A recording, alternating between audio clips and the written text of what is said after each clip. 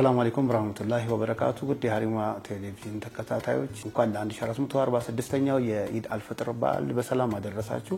ኢዳችንን ደመቅ የሚያደርጉ የተለያዩ ፕሮግራሞች ይዘንላችሁ ቀርበናል። ከነዚህ ፕሮግራሞች አንዱ እንግዲህ በማከላችን ትልቅ እንግዳ አሉ።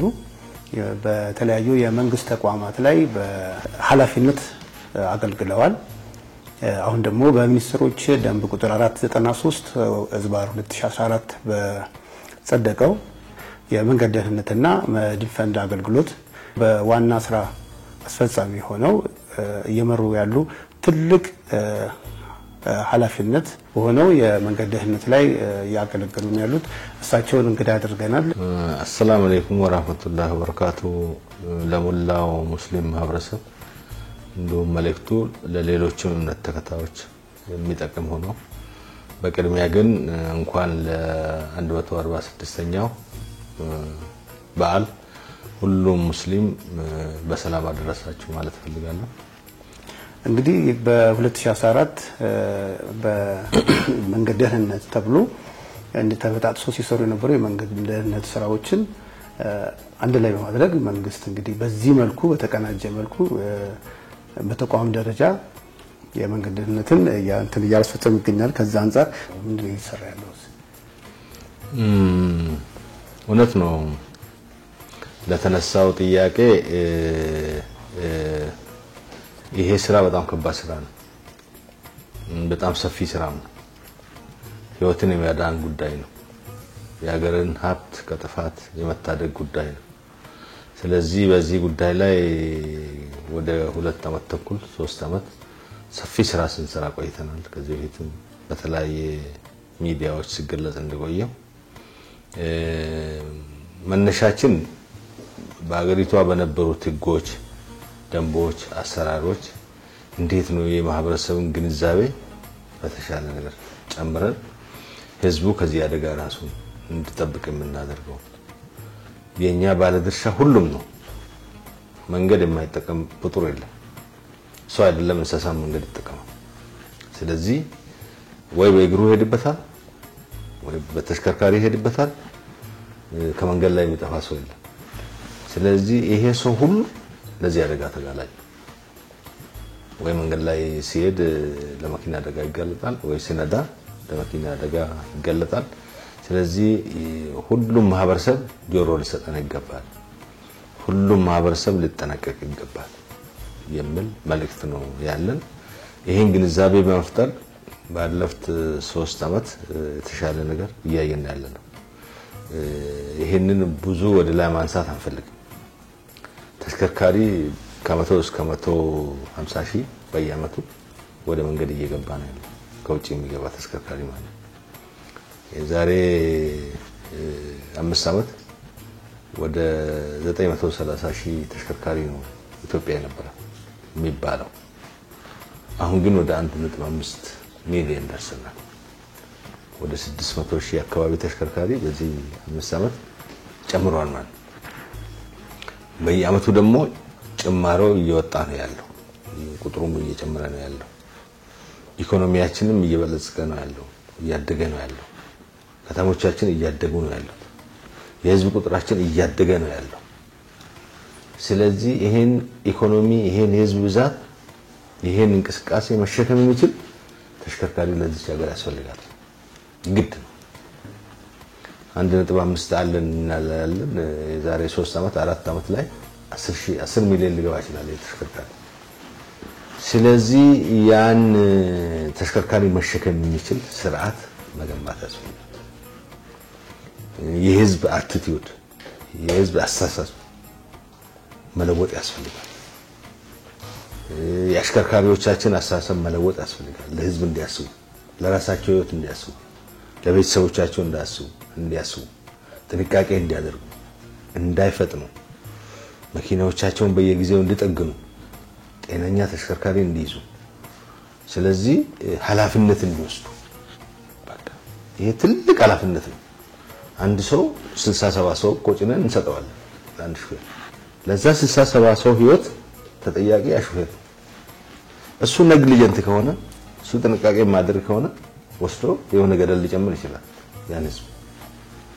እና ሹፌር ማለት ትልቅ ማሽነሪ ነው ትልቅ ኃላፊነት ያለበት ሰው ነው ሹፌሮቻችንን በዛ ሌቭል ራሳቸው ነው ያለው ወይ እሱ ነው ትንሽ ይወረደ ምናው ዝም ብሎ ይፈጥናል ብሎ ይነዳል መንገድ ሲያገኝ እና ለአደጋ ይጋለጣል ራሱም የተርፉ ሹፌሮች ጥቂት ናቸው ስለዚህ ሰው መቼም ወዶ ራሱን አጣ ሱሳይድ ነው ራስን ማጥፋት እንደ አሁን ይሄ ረመዳን ጾም ከጾም ብቻ ባለፈ እኛ ስነ ምግባራችንን የምናርቅበት ወር ነው እና ከዛ አንፃር እንደውም በቅዱስ ቃሉ አላህ Subhanahu Wa Ta'ala ቁርአን ላይ አንድ ነፍስ ያተረፈ የሰው ልጆች እንዳተረፈ ነው የሚለውና ከዛ አንፃር እኛ ጋር ያሉት ሰው እንደ አንድ ሙስሊም አሽከርካሪዎቻችን ያላቸው ስነ ባህሪ ከፍጥነት ጋር በተገናኘ አብዛኛውን አደጋ የሚደርሰው እንግዲህ እንደተባለው ከፍጥነት ወሰን በላይ በማሽከርከር ነውና ከዛ አንፃር ከዚህ ከረመዳን ምን እንጠብቅ ከአሽከርካሪዎቻችን ምን አይነት ስነ ምግባር ይዘው ይውጡ የእምነት አባቶች አንዱ የባለድርሻ አካሎች ናቸውና ለመንግስት ብቻ የሚተው አይደለም ይሄ ስራና ከዛ አንፃር የእምነት አባቶችስ ምንድነው ማድረግ የሚጠበቅባቸው እኔ እውነት ለመናገር በእምነት በዝርዝር አላየንም እንጂ በየአመቱ ከ3000 እስከ 4000 ሰው በኢትዮጵያ ውስጥ በተሽከርካሪ አደጋ ህይወቱን ይሰጣል ከዛም አልፎ በ10,000 የሚቆጠር ሰው የአካል ከባድና ቀላል የአካል ጉዳት ይደርስበታል ቢሊዮን ብር በየአመቱ በንብረት ላይ ውድመት እናደርሳለን ስለዚህ እዚህ ውስጥ ሙስሊም ማህበረሰብ እንደ ቁጥሩ ተጠቃሚ ነው ብዬ ነው ማስበው ባለው ቁጥር ልክ በፐርሰንትኛ ቁጥር ዳታ ለይተን ባናየው አለበት እና ይሄ ማህበረሰብ ደግሞ በዚህ በረመዳን ወቅት በተሰበረ ልብ ለሁሉም መካሪ ነው በብዙ ነገሮች ላይ እየተዋየ ነው በብዙ ነገሮች ላይ አቅጣጫዎችን እያስቀመጠ እየሄደ ነው ያለው ስለዚህ ከሀገር ደህንነት አንዱ ነው ሰው በምንም ይሙት በምን ህይወት መጥፋት የለባትም ስለዚህ ባላቸው እድል ሁሉ ለማህበረሰባችን ለህዝባችን የጥንቃቄ መልእክት እንዲያስተላልፉልን እንፈልጋለን የእምነት አባቶች እንዲመክሩልን እንፈልጋለን ያው ከዚህ ማህበረሰብ ነው ሹፌር የተቀዳው እዚህ ማህበረሰብ ውስጥ ነው ያለው የሹፌር ቤተሰብ እዚህ ማህበረሰብ ውስጥ ነው ያለው ስለዚህ ለቤተሰብም ለአሽከርካሪ ምክር ያስፈልገናል ለአመራርም በየደረጃ ለሚቆጣጠረው ለሁሉም ምክር ያስፈልጋል ነው የህዝባችን ህይወት እንታደግ ሰው ለመኖር ነው የሚኖረው የሚሰራው ስለዚህ የፈጠረንም እንድንኖር ነው እንጂ ወይ በሰው እጅ እንድንጠፋ ወይ ራሳችን በራሳችን እንድናጠፋ ራስን በራስ ማጥፋት ደግሞ እሱም ራሱ ያስጠይቃል ስለዚህ ከነዚህ ሁሉ ጥንቃቄ ያርገን ራሳችንን ጠብቀን ተረጋግተን ነርተን ሐሳብ ሰብስበን ነርተን ህዝባችን ወደምደርስበት በተለይ አሁን ይሄ በዓል ትልቅ በዓል እንዳለ እንደ ሀገራችን በጣም ትልቅ በዓል ለዚህ በዓል ቤተሰብ መገናኘት ይፈልጋል ከቦታ ቦታ ይዘዋወራል ለዚህ በዓል ዝግጅት ሲባል ሰው ከቤቱ ይወጣል ገበያ ይሄዳል ይመለሳል ይሄን የሚያደርገው በተሽከርካሪ ነው ስለዚህ በጣም ንቅናቄዎች እንቅስቃሴዎች ይበዛሉ በዚህ ንቅናቄ ላይ ጥንቃቄ ካልታከለበት ብዙ ህይወት ልናጣ እንችላለን ማለት ስለዚህ እኔ አሽከርካሪዎቻችን ከወትሮ የተለየ በልብ ሙሉነት በጤነኛ አስተሳሰብ በተረጋጋ አስተሳሰብ አንዳንዱም ጾመኛ ነው በጾም ጊዜ ጥፋት ማጥፋት እጥፍ ነው ቅጣቱ ስለዚህ ከዚህ ሁሉ ተጠንቅቀው ለህዝባችን እንደዚህ በዓል ስኬት የሚዘዋወሩን ሁሉ በተረጋጋ መንፈስ የሚሄዱበት ቦታ አድርሰው እንዲመልሱ አደራም ያስተላለፍኩ ሌሎችም የእምነት አባቶች ምክር እንዳይለየን ህዝባችንን ህይወት ለመታደግ ሁላችንም ድርሻችንን እንድንወጣ በዚህ አጋጣሚ መልእክት ማስተላለፍ ፈልጋለሁ አደጋ ድረስ ግን አደጋ ከደረሰ በኋላ ያን አደጋ ምን ከላከለበት መንገድ ምን ያህል ነው እነዚህና አካል ጉዳተኞችን በምን አይነት መልኩ ነው ትሪት የምናደርጋቸው? አሁን አብዛኛውን ሃይማኖት ተቋማት ላይ ያሉ አባቶቻችን ስልጠና ከዚህ ከመንገድ ደህንነት ጋር ያላቸውን ግንዛቤ የሚያስጨብጡ ነገሮች እንደዛ ነገሮች እየተሰሩ ነው ያለው ወይ? አሁን የምናያቸው የተለያዩ መስጊዶች ይሰራሉ። እነዛ መስጊድ ላይ አካል ጉዳተኛ ይኖራሉ፣ ትራፊክ አደጋ ምናምን የደረሰባቸው አካል ጉዳተኞች አሉ። ዊልቸራቸውን በስነ ስርዓት አንዳንድ የተሰሩ መሰረተ ልማቶችም እንደዚህ አይነት ነገሮች ሲሰሩ እነዚህን አካል ጉዳተኞች ያማከሉ ነገሮች ይሰራሉ ወይ? እና እኛስ ደግሞ ግንዛቤያችን ምን ያህል ነው? ከአደጋ በኋላ ከአደጋ በኋላ የምናደርገው እንትን ምን ያህል ነው? ይሄን ጉዳይ መነሳት የሚገባው ኢሹ ነው። አገራችን ከዚህ በፊት በዚህ ጉዳይ ላይ የነበራት ግንዛቤና ትኩረትም ትንሽ ማየት በሚገባ ሌቭል አይተናል ማለት አይቻልም። አሁን ግን ከህግ ማሻሻል ጀምሮ ነው ህጉ ራሱ እንዴት ነው እነዚህን ሰዎች ሴፍ የሚያደርገው፣ እንዴት ነው እነዚህን ሰዎች የሚጠብቀው፣ ምን አይነት ድጋፍ ከአደጋ በኋላ ይደረግላቸዋል፣ የህክምና ስርዓቱ ምን ይመስላል። ለምሳሌ ከዚህ በፊት 2000 ብር ነው የነበረው አንድ የአስቸኳይ ህክምና ክፍያ ለአንድ አደጋ ለደረሰበት ሰው ማለት ነው። 2000 ብር በአሁኑ ሰዓት መድኃኒት የሆነች መድኃኒት መግዛት አትችልም። ስለዚህ በሱ መታከም ይችላል ተብሎ ስለማይገመት ያን ህግ ነው ያሻሻል ነው። አሁንም በቂ ነው ማለት ባይቻልም ከ2000 ወደ 15000 ነው ያሳደግነው። ይሄን የአስቸኳይ ህክምና ወጪ ማለት ነው። ለህይወት ከዚህ በፊት 40,000 ነው ሲከፈል ነበር። አሁን ግን እስከ 200,000 250,000 እንዲከፈል እናደረግነው። አካል ጉዳትም እንደዛ ከ30,000 እስከ 250,000 የሚደርስ የአካል ጉዳት የደረሰበት ሰው ክፍያ እንዲያገኝ በደንብ ተደንገዋል በሚኒስትሮች ምክር ቤት። ይሄ ስራ ላይ መዋል ጀምሯል። ይሄ ትልቅ ለውጥ ነው። በዚህ ላይ ሌላው ማህበረሰብ ለነዚህ ለአደጋው ሰለባ ለሆኑ አካላት የራሱን ድጋፍ እንዲያደርግ፣ ባለንብረቶችም ድጋፍ እንዲያደርጉ፣ የህዝብ ግንዛቤ እንዲያድግ እንደተባለውም ተቋማት ተሽከርካሪዎችም ይቻል አሁን አዲስ የገቡ አንዳንድ ተሽከርካሪዎችን ሳይ እስከ መሬት ደርሰው ስቦ ያወጣሉ። ለምን እነዚህ አይነት አካል ጉዳት የደረሰባቸው ሰዎች ያለ ሰው ድጋፍ መሳፈር የሚችሉበትን አክሰስ ለማመቻቸት እየሰሩ ነው ያሉት። ህንጻዎች በዛ ስታንዳርድ እንዲሰሩ እየተደረጉ ነው ያሉት። ሁሉም የኢትዮጵያ ህዝብ ባለድርሻችን ነው፣ ከህፃን እስከ አዋቂ ማለት ነው። ሁሉም ባለድርሻ አካላችን ለአደጋ ተጋላጭ ነው።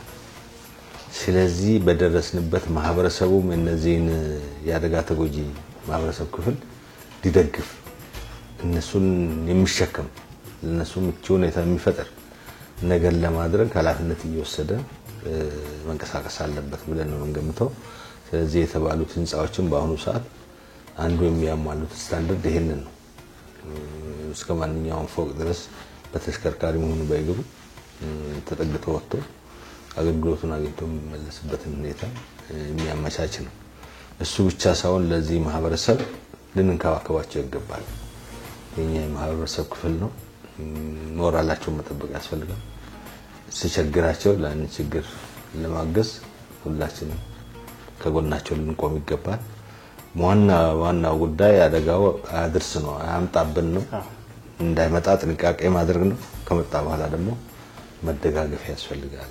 ያስቀመጥነው ያወጣነው ደንብና አሰራር ይሄን የሚደግፍ ነው። እሱ ብቻ አይደለም፣ ስራችንን ለማዘመን ስራውን ወደ ኦንላይን ሲስተሞች እየመለስን ያለን እንግልት እንዳይኖር።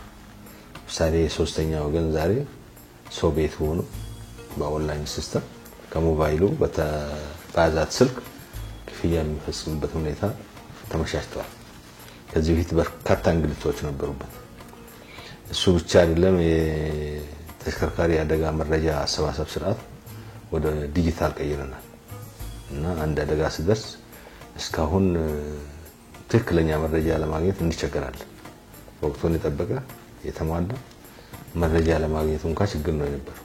አሁን ግን በቀጥታ አደጋው ከደረሰበት ቦታ በሞባይል በሌላ ዲስክቶፕ በላፕቶፕ አደጋው ከደረሰበት ቦታ ቁጭ ብሎ መረጃውን ሰብስቦ ቀጥታ በኦንላይን ሲስተም የሚልክበት በዛ አደጋ ስንት ሰው ተጎዳ፣ ንብረት ላይ ምን ጉዳት ደረሰ፣ ስንት ሰው ሞተ፣ ስንት አካል ጉዳተኛ ተገኘ እና ምንድነው ያደጋው ምክንያት የአየር ንብረት ነው፣ መንገድ ነው፣ የአሽከርካሪ የተሽከርካሪ ቴክኒክ ጉድለት ነው፣ ምንድነው አደጋው የተፈጠረበት ምክንያት የሚል የተሟላ መረጃ ከቦታ ሆኖ ምንም የሰው እጅ ንክኪ ሳይገባበት መረጃውን በትክክል አስደግፎ የሚልክበት ስርዓት ነው የበለጸግነው። ከፌደራል ፖሊስ ጋር ኦልሞስት ወደ ስራ ገብቷል አሁን የኦንላይን ሲስተም እና እነዚህ ሁለት ኦንላይን ሲስተሞች ስራ ላይ መዋል ጀምረዋል። እንዳገር በእነሱ ነው አሁን መረጃ እያሰባሰብን ያለነው። ሌሎች ኦንላይን ሲስተሞችም ይቀጥላሉ። ኦልሞስት ስታንዳርዶችን አሶስነናል። ስታንዳርድ ቦርድ ሌሎች መመሪያዎችን እያዘጋጀን ያለነው። መመሪያዎች ኦልሞስት እየጸደቁ ነው ያሉት። ሲሰርቁ በጣም የዘመነ የአሰራር ስርዓት የዓለም አቀፍ ህጎችና ስታንዳርዶችን የጠበቁ እንደማንኛውም የዓለም ሀገር አባል እኛም ተግባራዊ ለማድረግ ለቂ ዝግጅት እያደረግን ያለነው። ቀጣይ የተሻለ ነገር እናያለን። ይሄን አደጋ ትርጉም ባለው መንገድ መቀነስ አለብን። አሁን ትንሽ የመቀነስ ምልክት አለ።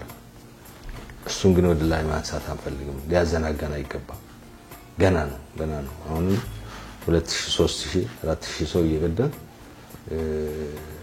አደጋው ቀንሷል ብለን ህዝብ ማዘናጋት አንፈልግም። አደጋው የመቀነስ ምልክት አለው ግን ገና ነው። ስለዚህ እዚህ ላይ ጠንክረን መስራት አለብን። እንዳገር እንደ ማህበረሰብ በንብረት ላይ የሚደርሰው ውድመት ቀላል አይደለም። ይሄን ለመቀነስ መረባረብ አለብን።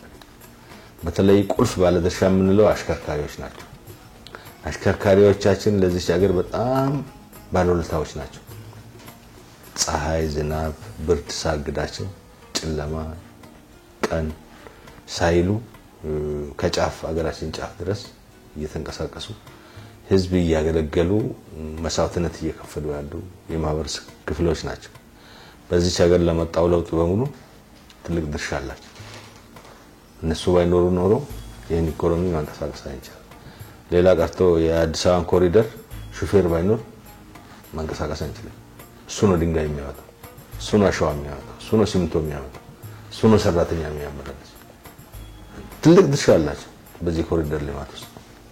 ስለዚህ ይህን ያክል ቁልፍ ድርሻ ያላቸው አካላት ኃላፊነታቸው ትልቅ ሆኖ ሳለ አንዳንድ የነዚህን የሀገር ባለውለታዎች ሙያ የሚያገርፉ ደግሞ ጥቂት አሽከርካሪዎች ነው።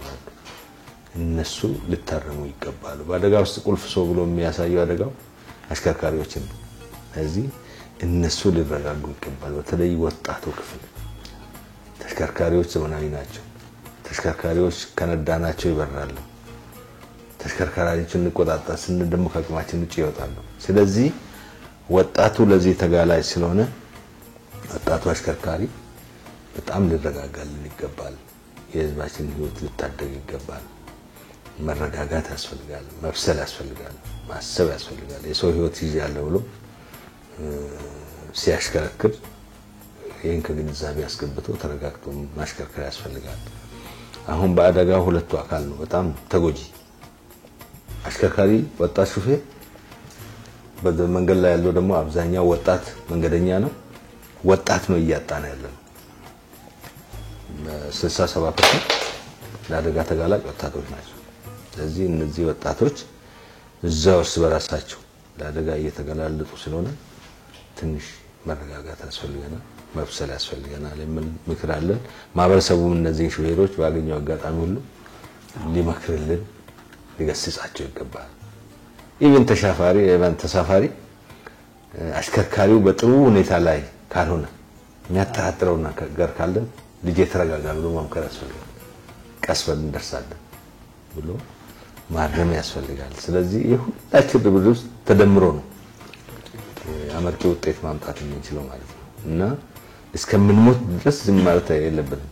መኪና ዚግዛግ የሚመታ ከሆነ መኪናው በጣም የሚፈጥን ከሆነ መኪናውን ለመቆጣጠር የሚቸገር ከሆነ ሹፌሩ ለመቅደም የሚከንፍ ከሆነ ቶሎ ደርሼ እመለሳለሁ ብሎ ያለ አግባብ የሚነዳ ከሆነ ተሳፋሪዎች እስከሚሞቱ ዝም ማለት የለባቸው። ተወል እየተረጋጋ እንደርሳለን። ማምከር ያስፈልጋል። ማረጋጋት ያስፈልጋል። የሁላችንም ምክር እንደዛ ከታከለበት እነሱም የባህሪ ለውጥ ያመጣሉ ብለን እንገምታለን። ማሰልጠኛ ተቋማት አሉ፣ ትልቅ ኃላፊነት አለባቸው። እነዚህን ሹፌሮች ሲያመርቱ በጥሩ ዲሲፕሊን በጥሩ ስነ ምግባር ህዝብ እንዲያገለግሉ ለሰዎች ህይወት እንዲጨነቁ ለራሳቸው ህይወት እንዲጨነቁ እና ጥንቃቄ ወስደው እንዲያሽከረክሩ የቴክኒክ ስልጠና ብቻ ሳይሆን የስነ ምግባር ምክር መስጠትና የተሟላ ሹፌር ማምረት ይጠበቅባቸዋል ብለን ነው የምናስበው። ሌላው ቴክኒክ ምርመራ ተቋማት አሉ፣ በጣም ከፍተኛ ድርሻ አላቸው። ተሽከርካሪዎች የቴክኒክ ብቃት ሳይኖራቸው ህዝብ እንዲጭኑ ኃላፊነት ተሰጣቸዋል። አንዱ ቦታ የሆነ ነገር ይበጠሳል ወይ ይቆረጣል፣ ከዛ ላይ ህዝብ ይዞ ገደል ይገባሉ እና የቴክኒክ ምርመራ ተቋማት ትልቅ ኃላፊነት አለባቸው። እኔ በደንብ ጠግኜ ቦሎ ለጥፌ የሚሰጠውን ተሽከርካሪ ኃላፊነት በተሰማው ስሜት ካልፈጸመው ያ ተሽከርካሪ ሰው እንዲገል መሳሪያ ሰጥቷል ማለት ነው።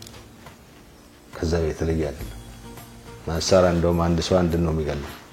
ይሄ በአንድ ጊዜ 50 30 60 ሰው የፍጀ ነው ያለው። ስለዚህ በዛ ልክ መግደያ መሳሪያ ነው እየሰጠው ያለው ለዚች ዜጋ ብሎ ማሰብ መጨነቅ ኃላፊነት ሊሰማው ይገባል። በዛ ልክ ነው ተሽከርካሪ መጠገን ያለበት እና ባለድርሻችን 1001 ነው። መንገድ ላይ የሚጠብቀው ትራፊክ እና መንገድ ደህንነቶች ጥንቃቄ የተሞላበት ድጋፍ ማድረግ አለባቸው። አንዳንድ ጊዜ መኪናና አሽከርካሪ ለአደጋ በሚሰጥ መንገድ ላይ ቆሞ መኪና ያስቆማሉ ወይ ቁልቁለት ላይ በከፍተኛ ዳገት ላይ። ይሄ መኪና እንደዛ አይነት ቦታ ላይ ቆም ካልከው ይቆማል፣ ግን ሌላ አደጋ ሊያስከትል ይችላል። ስለዚህ እኛ የቆምንበት እኛ ቁጥጥር የምናደርግበት ቦታ ህዝብን ለአደጋ ማጋለጥ ነው ነው ማሰብ ያስፈልጋል። እንደዛም ሆኖ ደግሞ በዋነኛነት ህዝብን መምከር ነው፣ አሽከርካሪን መምከር ነው፣ ግንዛቤ መፍጠር ነው እና አንዳንድ ጊዜ ያልሆነ እርምጃ ወሰነበትም አሽከርካሪ ተበሳጭቶ ገደል ሊገባ ይችላል። ስሙዝሊ አፕሮች ማድረግ ያስፈልጋል እና ኢሪቴት በሚሆንበት ራሱን በሚዘናጋበት መንገድ ብስጭት ውስጥ እንዲገባ ማድረግ ያስፈልጋል። በጥንቃቄ ስራችንን መፈጸም ያስፈልጋል እና እንደዛ አይነት ካለ ደግሞ ተረጋግቶ ጊዜውን አሳልፎ ሰውየው እንዲያሽከረክር ማድረግም ያስፈልጋል እና ተቆጣጣሪዎችም በጥንቃቄ ቁጥጥር ማድረግ ማምከር ያስፈልጋል እና ባለድርሻችን ብዙ ነው። በዋነኛነት በዚህ አጋጣሚ መልእክት ማስተላለፍ የሚፈልገው ትውልድ ላይ መስራት አለብን። ወጣቱ ትውልድ ላይ መስራት አለብን። በትምህርት ቤት ላይ መስራት አለብን። ግንዛቤ መፍጠር አለብን። አሁን በአሁኑ ሰዓት በትምህርት ሚኒስቴር እጅ ያለ ተማሪ ወደ 30 ሚሊዮን ይገመታል ተብሎ ከዛ በላይ ይገመታል ተብሎ ይገመታል። 30 ሚሊዮን አዲስ ትውልድ ላይ መስራት ማለት ቀላል ለውጥ አመጣም እና አስተማሪዎቻችን በትምህርት ሂደታቸው ውስጥ ይህን ስራ መስራት አለባቸው። የትራፊክ ፖሊሶች በየትምህርት ቤቱ ይህን ስራ መስራት አለባቸው። የማነቃቃት ስራ፣ ግንዛቤ ፈጠራ ስራ 30 ሚሊዮን ከዛ ነው የሚንቀዳው። ወጣት ከዛ ነው የሚቀዳው። ሹፌር ከዛ ነው የሚቀዳው። ባለ ንብረት ከዛ ነው የሚቀዳው። ይሄንን ስራ የሚመሩ አካላት ከዚህ ነው የሚቀዱት። በቃ ከዚህ ከትምህርት ተቋም ውጪ ትውልድ ከየትም አይመጣም። እዛ ላይ መስራት ማለት ከፍተኛ ለውጥ ማምጣት እንችላለን ብዬ ነው የሚገምተው። አሁንም እየሰራን ያለነው ትምህርት ቤቶች ላይ በካሪኩለም ውስጥ ገብቷል ትምህርቱ የትራፊክ አደጋ እዛ ውስጥ ለእያንዳንዱ ተማሪ ከሰብጀክት ጋር ተዋህዶ እንዲሰጥ ይደረጋል። የተማሪዎች የሰልፍ ላይ ግንዛቤ ፈጠራ ስራ እየተሰራ ነው ያለው። ከዛ አልፎ ትራፊክ ክበባት አሉ በየትምህርት ቤቱ። እንደገና ደግሞ የተሻሉ ወጣቶች ሰልጥነው ተማሪን መንገድ የሚያሻግሩበት የትራፊክ ስራ የሚሰሩበት አካሄድ አለ። ትምህርት ቤት ላይ በ3-4 መንገድ ስራ እየሰራን ነው ያለው። ይሄ ትውልድ በትራፊክ አደጋ ላይ በቂ ግንዛቤ ይዞ ከወጣ ሀገር ትለወጣለች። ስለዚህ በአሁኑ ሰዓት ጥሩ አይደለም የምንፈረጅበት ሌቭል ጥሩ አይደለም። ትንሽ መኪና ያለ ብዙ አደጋ የምታደርስ ሀገር ተብለን ነው የምንፈረጀው። ከዚህ ካታጎሪ ውስጥ መውጣት አለበት የህዝብና ይሄ ሀገር። ይሄም ከዚህ ለመውጣት ደግሞ ትውልድ ላይ መስራት አለበት። ረጅም ርቀት የሚሄደው እሱ ባይዞ እነዚህ አሁን ያልናቸው ቁልፍ ተቋማት በሙሉ አብረን በጋራ ይህን ስራ እየመራን ነው ያለነው። ትምህርት ሚኒስቴር የኛ ቦርድ አባል፣ ክልል ላይ ሲከድ የኛ ስትሪንግ ኮሚቴ አባል ነው፣ የሮድ ሴፍቲ ማለት ነው። ፖሊስ እንደዛ ነው። ሌሎችም በርካታ ከ9 ተቋማት በላይ የኛ ቦርድ አባልና የስትሪንግ ኮሚቴ አባሎች ናቸው። ይሄ የሆነበት ቴካዊ ይወስዳሉ እና ከኛ ጋር ይወስናል። ከኛ ተቋም ጋር እኛ የፈጸምነውን ነገር ይደግፈናል፣ ይከታተለናል። ከዛ አልፎ ለራሱም ተቋም ደግሞ ቴካዊ ይዞ ይላል። ስለዚህ ትምህርት ቤቶች ላይ መስራት አለብን። የትምህርት ሚኒስትር ዴታ የኛ ቦርድ አባል እሱን ይዞ ሄዶ እየፈጸመ ነው ያለው። ስለዚህ ፖሊስ እንደዛ የኛ ቦርድ አባል ከኛ ጋር ይወስናል፣ ይሄዳ ስራ ላይ ይውላል። በክልልም እንደዛው የስትሪንግ ኮሚቴ አባል እንዳንበተን ተብለን ቃል ገብተን ተሳስረናል። በአንድ አደረጃጀት በአንድ አሰራር ውስጥ ተካተን እንድንሰራ አሰራር ተበጅቶለታል። ስለዚህ ይሄ የተበተነ ስራ እንዲሰበሰብ ብሎ መንግስት ሲያስቀምጥ የዚህ አይነት አደረጃጀትም ጭምር ሊኖረው ይገባል። ይቦርድ እኛ ብቻችንም አሁን አስቸኳይ ሕክምና ያኛል የምንሰጠው ጤና ሚኒስቴር ነው፣ ግን በዚህ ተቋም ስር ነው ያለው አስቸኳይ ሕክምና። እኛ ፈንድ እንሰጣቸዋለን። የተሰበሰበውን ፈንድ በቀጥታ ወደ ጤና ጥበቃ ሚኒስቴር እንልካለን። እነሱ ከፍሎ እነሱ በባለሙያ ተጠቅሞ እነሱ አደጋውን ለመቀነስ እየሰሩ ነው ያለው አስቸኳይ ሕክምና በመስጠት ማለት ነው።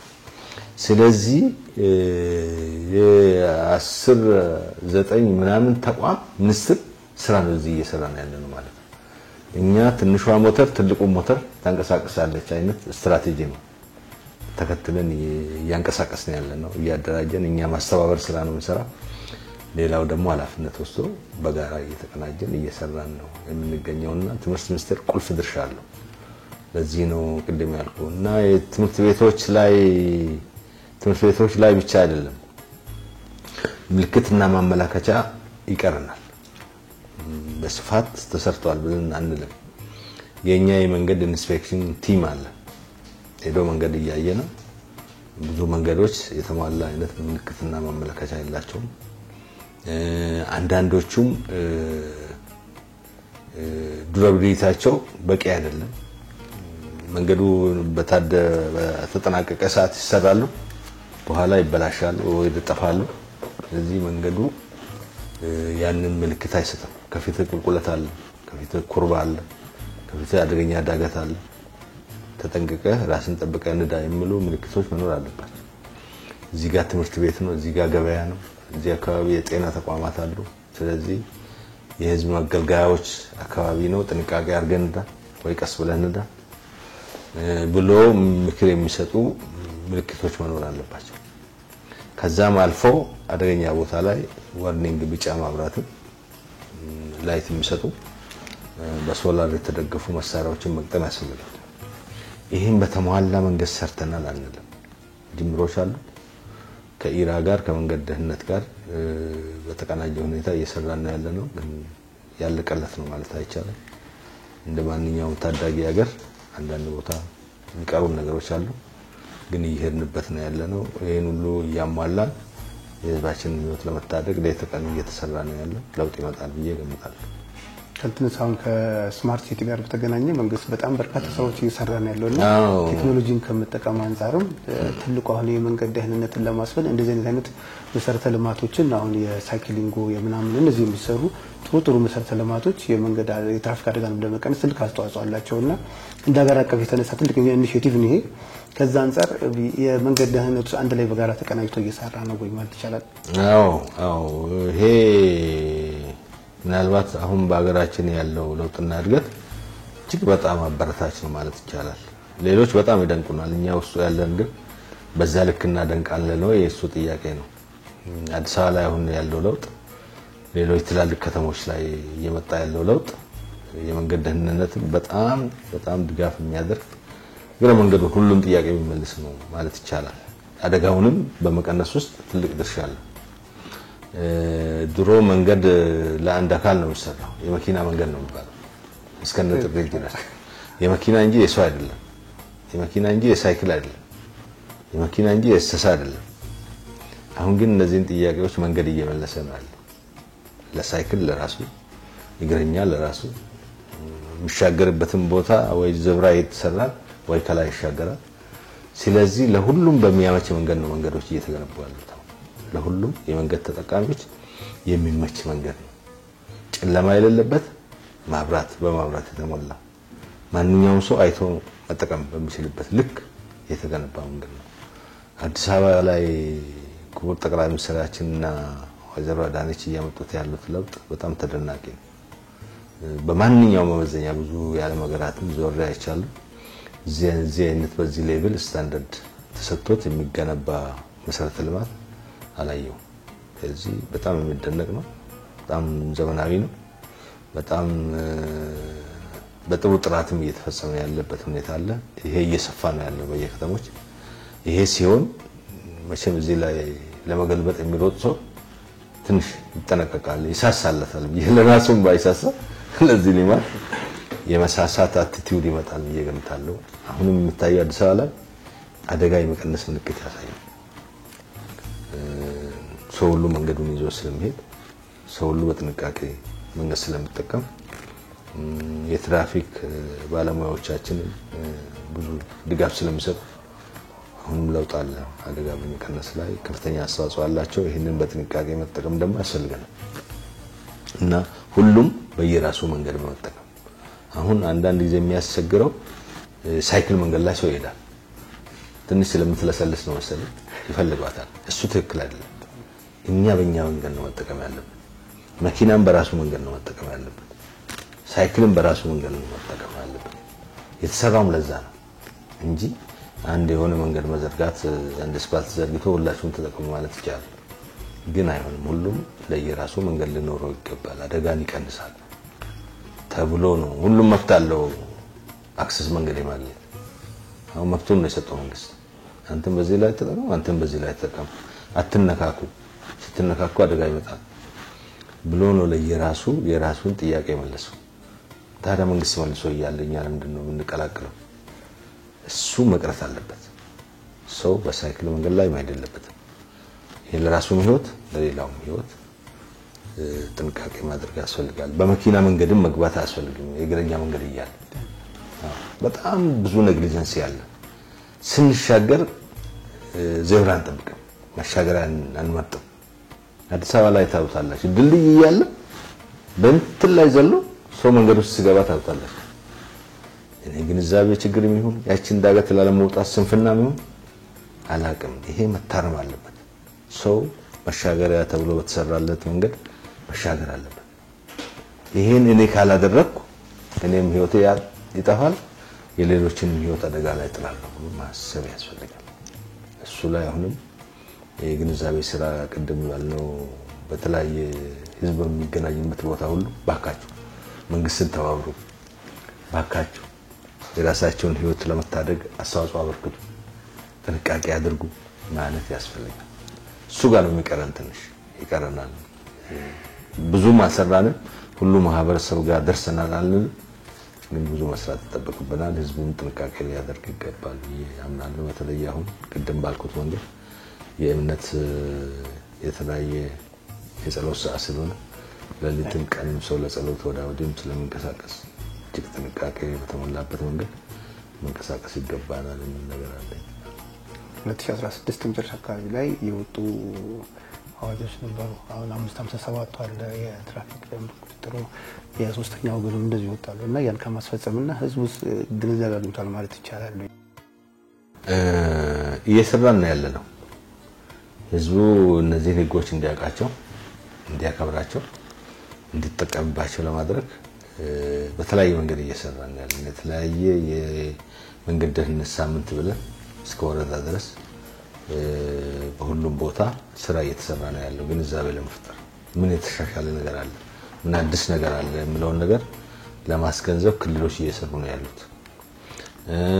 በሱ ብቻ አይደለም፣ በሚዲያ እየሰራን የዛሬ መድረካችንም የዛ አካል ነው። በሚዲያ እየሰራን ነው ያለነው። በተለያየ ሚዲያ ለህብረተሰቡ ግንዛቤ እንዲያገኝ፣ እነዚህ ህጎች እንዲያከብራቸው፣ ስራ ላይ እንዲያውላቸው ለማድረግ እየሰራን ነው ያለነው። እሱ ብቻ አይደለም፣ በፌስቡክ፣ በቲክቶክ፣ በተለያዩ ድረገጾች በተለያየ መንገድ እየሰራን ነው ያለነው። ፓምፕሌት በማባዛት በመበተን ህጉን ራሱ በማሳተም በማባዛት ወደ ማህበረሰቡ ተደራሽ እንዲሆን ለማድረግ እየሰራን ያለነው ጨርሰናል አንልም ይሄንን ያለው እየገፋን ያለነው እና የመንግስት አሰራር ሪሌ ነው እኛ ወስደን ለክልል እንሰጣለን ክልል ወስዶ ለዞን ለከተማ ይሰጣል ከተማ ደግሞ ለቀበሌ ይሰጣል ቀበሌ ደግሞ ለህዝቡ ተደራሽ ያደርጋል ማለት ነው መንገዱ ካራቀ በስተቀር እየሰራን ያለነው ብዙ ማህበረሰቡ ጋር ግንዛቤ እየተፈጠረ ነው እምነት ነው ያለን የዛሬውም መልእክታችን የዛ አካል ነው ማለት ነው መርሐባ ተመልካቾቻችን እንግዲህ የነበረን ቆይታ አላበቃም አቶ ጀማል አባሶ ጋር የመንገድ ደህንነትና መድን ፈንድ አገልግሎት ዋና ስራ አስፈጻሚ ከሳቸው ጋር የነበረን ቆይታ አላበቃም ተመልሰን እንመጣለን አብራችሁን ቆዩ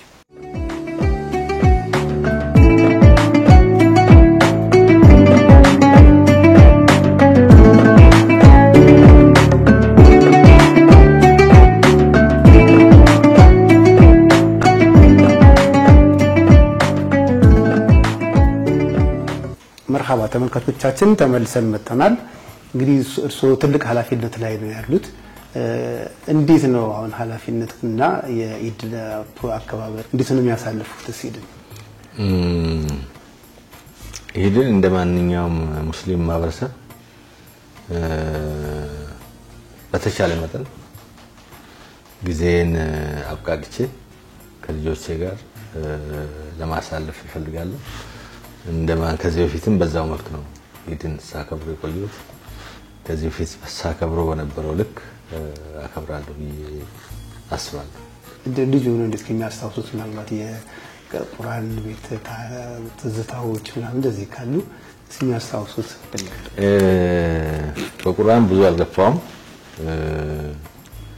እኔ መደበኛ ትምህርት ላይ ነው ትኩረት ሰጥቼ ነበር ከዛም ሲጨርስ ከ30 አመት በላይ የህዝብ አመራር ላይ ሳገለግል ነው ቆየሁት የህዝብ አመራር ደግሞ ብዙ ኃላፊነት አለበት ጊዜም አይሰጥም አንዳንድ ጊዜ በደሃ ሀገር ህዝብ መምራት በጣም ከባድ ነው እና ብዙ ንፋስ ወስዳል ሰው ከዛ ንፋስ ህዝብ መታደግ ያስፈልጋል ለተቀን የሚሰራ ስራ ነው ያለው ብዙ የድህነት ርቀታችን በጣም ጥልቀት አለው ከዛ ህዝብ ወጥቶ ለማውጣት ከዛ ሀገር ወጥቶ ለማውጣት ብዙ ጊዜን በህዝብ ስራ ላይ ማሳለፍ ግዴታ ነው የሚሆነው እና ግን ያም ሆኖ ራሴን ካወቅኩ በኋላ በደንብ እምነቱን እየተከታተልኩ ነው ያለው እና እንደማንኛውም ሙስሊም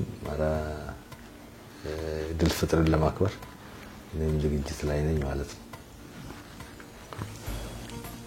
እንደተበክሮ ብዙ ማነሳው ነገር የለኝም በዚህ ጉዳይ ላይ በኖርማል ሁኔታ እየሄድን ያለነው ግምት ነው ያለ ምን ታዘባውን ህዝብ ሙስሊሙ ላይ ምናልባት አሁን ከዚሁ ከመንገድ ደህንነት ሳንወጣ ምን አይነት ክፍተት አለ ብለው ያስባሉ እና ምን ቢደረግስ ይበልጥ ደግሞ የሃይማኖት አባቶች ምን ቢሰሩ የተሻለ ነው ብለው ያስባሉ እኔ ማስበው ህዝብ ሙስሊሙ በጣም በቀን ብዙ ጊዜ ከሙእሚናን ጋር የሚያገናኙት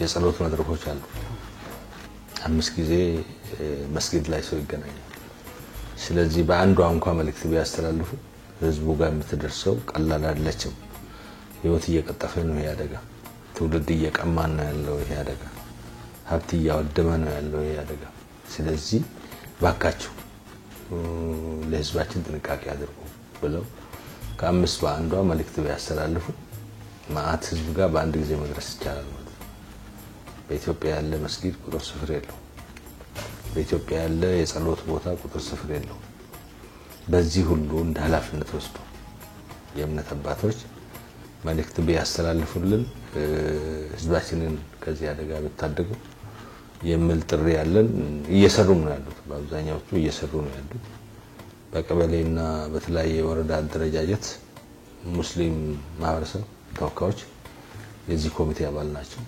መልእክት እያስተላለፉ ነው ያሉት ግን በሁሉም ቦታ መልእክቱ ቀጣይነት ቢኖረው ሁላችንም ብንረባረብ ብዙ ህይወት እናተርፋለን፣ ብዙ ንብረት እናተርፋለን እምነት ነው ያለን። ከዚህ በላይ መስራት ተጠብቀናል። እንደማጠቃለል አድርገውና ከቴክኖሎጂን ከመጠቀም አንፃር አብዛኞቹ የዓለም ሀገራት ብዙ ቴክኖሎጂ ተጠቅመዋል የትራፊክ አደጋ ለመከላከልና ከዛ አንፃር እንደኛ ሀገር አብዛኞቹን ኢምፖርት ነው የምናደርገው ወደዚህ እያስገባን ነው የምንጠቀማቸውና ከማበረታታት አንፃር አሁን እንደዚህ አይነት የመንገድ ደህንነትን የሚያሰፍኑ ቴክኖሎጂዎችን በእኛ ሀገር እንዲሰሩ ከማድረግ አንፃር በዛ በኩል ድጋፍ ይደረጋል ወይ? ምንድነው በእናንተ በኩል ይደረጋል? አሁን ዘመኑ ያለንበት ኢራ የቴክኖሎጂ ዘመን ነው። ከቴክኖሎጂ ውጪ መሆን አይቻልም። ተገደንም እንገባበታለን፣ እየገባንም ነው። የዓለም ሀገራት ወደ ቴክኖሎጂ ገብተዋል፣ ሁሉ ነገር አዘምነዋል። ስለዚህ እኛም ባይዘው ሮድ ሴፍቲ ስምምነት በተባበሩት መንግስታትም ኮንቬንሽን ላይ ኢትዮጵያ ፈርማለች። የአፍሪካ ህብረት ቻርተርም ላይ ኢትዮጵያ ፈርማለች። እነዚህን ስታንዳርዶች መጠበቅ አለብን። እነዚህን ደረጃዎች መጠበቅ አለብን። እነዚህ ደረጃዎች ደግሞ ቴክኖሎጂን የግድ ይላሉ። እኛም ወደ ቴክኖሎጂ ሳንወድ እየገባን ያለን ወደን መግባት አለብን። ሳንወድ ሳንገባ ሳይሆን ወደን መግባት አለብን፣ መዘመን አለብን እና ሁሉ ነገር በቴክኖሎጂ ሆኗል። ተሽከርካሪ ስንቆጣጠር በቴክኖሎጂ ራዳር አለ። አሁን በራዳር ነው መንገድ ላይ ቁጥጥር የሚደረገው። አልኮል ቴስተር አለ፣ ቴክኖሎጂ ነው። በአልኮል ቴስተር ነው አሽከርካሪ ከአልኮል ነፃ ነው ወይ ብለን ያረጋግጠን ያለነው። ሌሎችም ካሜራዎች አሉ። በካሜራ እየተጠቀምን መንገድ ቁጥጥር እያደረግን ያለነው። ማብራቶች እንደዛ በቴክኖሎጂ የተደገፉ ናቸው። ስለዚህ እየገባን ነው። ከዚህ ወጪ ደግሞ ስራችንን ዲጂታል እያደረግን ያለነው። በዲጂታል ሪፖርት የምንቀበልበት፣ ምልልስ የምናደርግበት፣ መረጃችንን የምናዘምንበት ስርዓት ስታብሊሽ እያደረግን ያለነው። ስለዚህ እየገባንበት ነው። ቴክኖሎጂ ከምንም በላይ ትኩረት ሰጥተን ልናለማው ልናበለጽገው የሚገባን ዘርፍ ነው። እሱም ላይ በሚገባው ልክ እየሄድን ያለነው። ሞር ደግሞ በቀጣይ አጠናክረን እንቀጥላለን ብለን እንገምታለን። በስተመጨረሻ እንግዲህ ለመልእክት የሚያስተላልፉት የኢድ አልፈጥር 1446ኛውን የኢድ አልፈጥር በዓልን እያከበረ ነው በድምቀት። እሱም ፈቃደኛ ሆነው መልእክቱን ስላስተላለፉልን እያመሰገንን በስተመጨረሻ ማለት ይመስለኛል። እኔ በስተመጨረሻ የምለው ነገር ለሞላው ኢትዮጵያ ሕዝብ ነው። መላው ኢትዮጵያ ሕዝብ መባል በሚችል ደረጃ በጾም ጸሎት ላይ ነው ያለው በአሁኑ ጊዜ። ይሄ ጾም ጸሎት በሁሉም ማህበረሰብ ውስጥ ከትራፊክ አደጋ ራሱን የጠበቀ ዜጋ እንድንሆን ለዚህ የተጋለጥን እንዳንሆን ሁሉም በየእምነቱ በየጸሎቱ ይሄን መልእክት እንዲያስተላልፍልን በዚህ አጋጣሚ ጥሪን ማስተላለፍ ፈልጋለሁ። መልካም የኢድ አልፈጥር በዓል እንዲሆንልን እመኛለሁ። አመሰግናለሁ። በጣም አመሰግናለሁ። ውድ ተመልካቾቻችን የ1446ኛው የኢድ አልፈጥር በዓልን በዚህ መልኩ ያሳለፍን ያለነው ከክቡር አቶ ጀማል አባሶ ጋር የመንገድ ደህንነትና መድን ፈንድ አገልግሎት ዋና ስራ አስፈጻሚ ከሳቸው ጋር የነበረን ቆይታ ይሄን ይመስል ነበር። በትራፊክ አደጋ የተጎዱ ወገኖቻችንን እናስታውስ፣ እንደግፍ፣ ለውጥ እናምጣ እንላለን። ሰላም አለይኩም ወራህመቱላሂ ወበረካቱ።